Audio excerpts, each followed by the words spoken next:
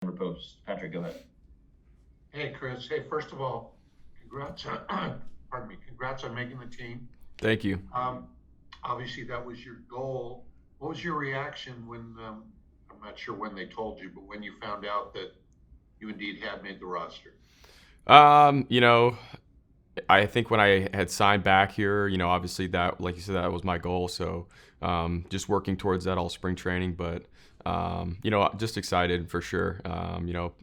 Buddy pulled me and Crone in the office together and, just kind of said, just with me trying to build off of what, I had going last year and, just excited to have me back. So, that's what you work for all off season. I knew I had to come in and play well, coming in on a minor league deal. So it's nice to kind of take a deep breath and get ready for the season now. Is there any couple things in particular, Chris, that you really thought, you know what, if I'm going to make this team again, I need to do X or Y, anything like that, or was it just an overall sense of what your game was? Exactly. I think more so like overall, just getting healthy was number one. Obviously, in the off season, coming off of an injury last year, and I feel like my legs, are working well. I still base. I feel like that can be a part of my game this year, and just moving all around like I've done this spring. I feel like I've played good defense, whether it's been short, second, or center. I feel comfortable at all positions, and just always trying to retool the swing, work day to day in the cage, and just having that consistent approach and having that A swing every day. One more, and I know we asked you this very early in camp. Uh, how's the beard contest going with you and Chuck? I mean, he's by far ahead of me. I'm just trying to play catch up. That's all I'm trying to do. I apologize for not knowing this. Are you married? I am, yes. And what does she think? What's your wife's name, and what does she think of this? My wife's, her name is Brittany, and she wants it gone for sure. Okay. But my daughter loves it. She loves to pull on it, likes playing with it. So Mixed. mixed What's your daughter's name? Olivia. Olivia. Yeah. Okay. Okay. Thanks, man. Yeah, no problem. Thomas Harding, go ahead, Thomas. Yeah, Chris, in the modern game, there aren't a lot of players, it seems, that play just one position and start at one position. When did you come to accept that, hey, to get my playing time and to get starts or even to be a starter, you have to move around the diamond? I mean, if you look back at like my career, I think if you go back to like 2013, I think that was the first year I started playing short and second. I had played short my whole minor league career, and then 14 I was the opening day shortstop, and then from there, I think I made the next opening day start at second, next opening day start at short. Center field, went back in 17 to short. So I just have bounced around so much, and like you said, I think it's just been a part of my game, and I think it's just been able to help the team out so much. I think when I was with the D-backs and Torrey came over, they had Brock Holt in Boston when he was there, and he just kind of basically wanted me to be that kind of player. So I took it as, a compliment, and just, as long as I was in there, I didn't have a problem doing it. And, it's just been able to help get me consistent every day at bats, being able to play every single position.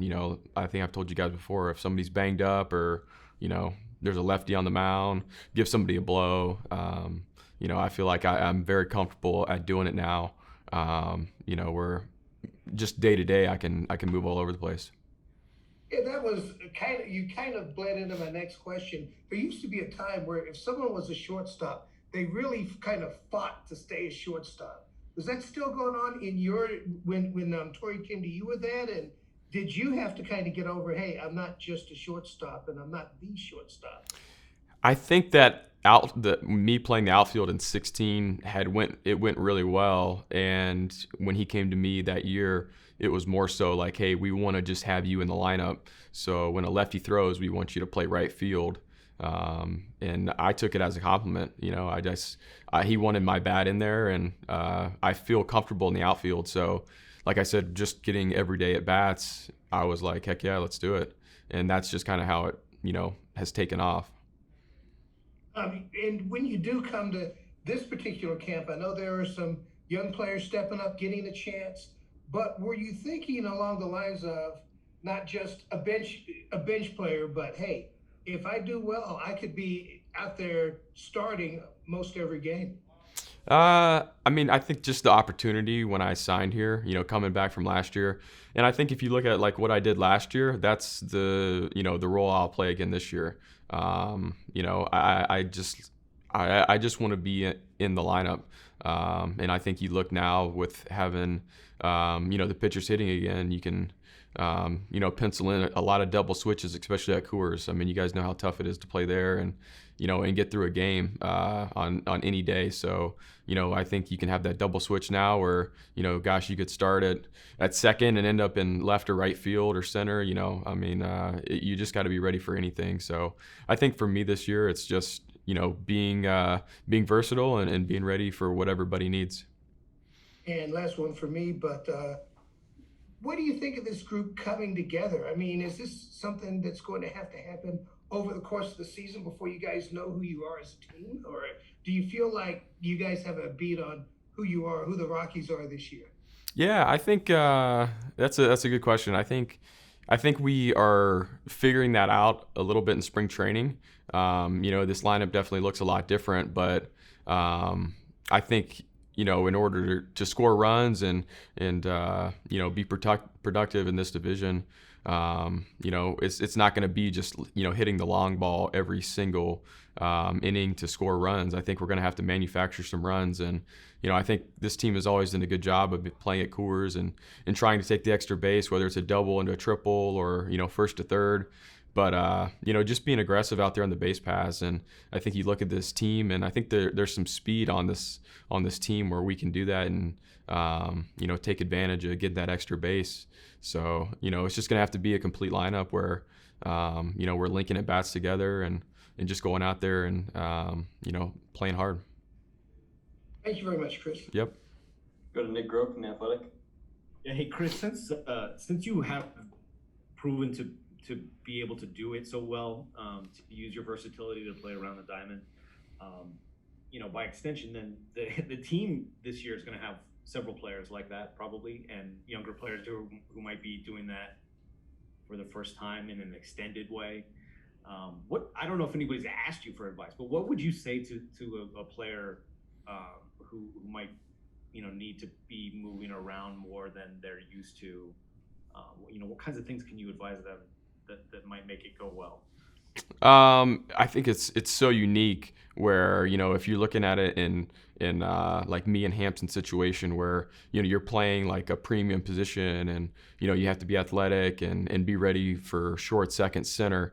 If I was talking to Hampy, it would just say I would tell him what I talked to Willie Bloomquist about when I was with the Diamondbacks. I was having a hard time bouncing from center to short consistently, and he was just like, dude, get your ground balls in. Try and get them in as much as possible at shortstop. That's the toughest position on the field, and just if you can play there, you can play anywhere. So I felt like once we had that conversation, I just consistently tried to get as many ground balls as I could at short. But honestly, the biggest thing for me was going from an outfield glove to an infield glove. That was the toughest transition when I was playing in 16, was just going from that big glove to come back in the infield and using a smaller glove. But, back to your question, if you're talking about like a Fuentes who's going from, maybe, first to third, same kind of thing, different glove, ball's coming off a different angle. So, just the more reps that you can get over there and be ready is, going to be your best chance. Interesting. And then did you, when you're focusing your brain space, your brain power on, whatever it is, coming to grips with different positions on a daily basis, do you have to sort of tell yourself, do you have to separate yourself offensively then too, to say, all right, now I'm in the box? Do you have to try harder to sort of focus offensively and no, in my try harder, but find my, Am I making any sense? Yeah. No, I get your question. I don't think so. It's not like we're catching and you're having to call a game. You're just going out there and doing the same thing.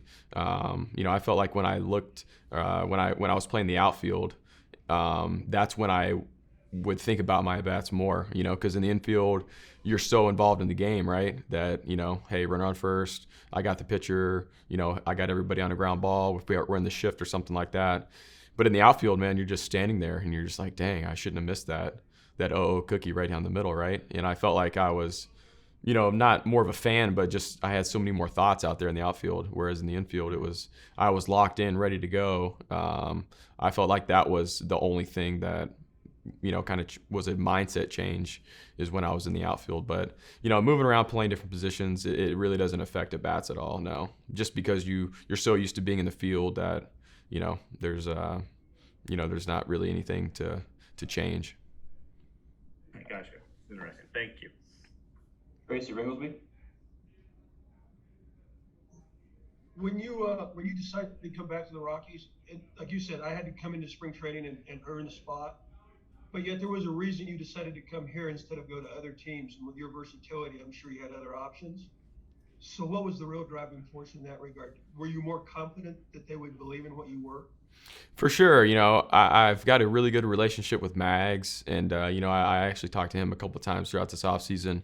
And he was just like, look, people believe in you here. They saw what you were working on last year and what you're doing.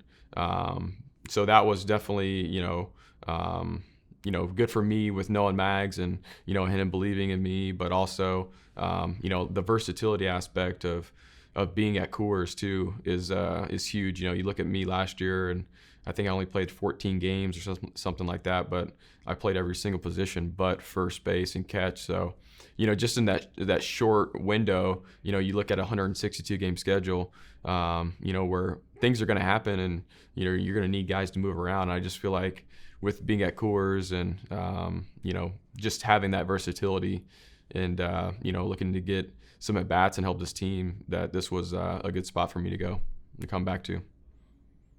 Thing is, with your ability to play in the outfield, when you look at the four primary outfielders they have, three of them would be left-handed hitters. Does that also play into your thought process? If there's an all right-handed hitting outfield, I might not have the opportunities. Yeah, I don't think that was like the turning point of signing here or anything, but like you said, with just being a right-handed hitter, and there are a lot of left-handed pitchers in this division where like I said, I think Tapia and Chuck, they definitely hit lefties very well. I think Chuck was hitting 415 off of lefties at one point last year. So but like I said, giving guys blows or somebody gets hurt or something like that, it's with me having that versatility in the outfield, I can definitely swing out there and play a couple games. Very much. All right, we'll finish up with Kevin Henry. Kev, go ahead. Hey, Chris, one quick question for you. Knowing you're coming into camp, competing for a job, competing for a roster spot, how do you balance that competitiveness versus being that veteran who may be helping those young players kind of know how to be that versatile player or whatever that might be? Yeah, that's a tough question. I mean, you want to come in here and try and lock down a position and, be focused. But, I feel like, guys come up to you and ask questions. And, I think players talk a lot more now, than they have. Like, I don't want to, compare it to golf, but, you look at like when Tiger Woods played and, it was just that dead force of focus, and he was just so competitive.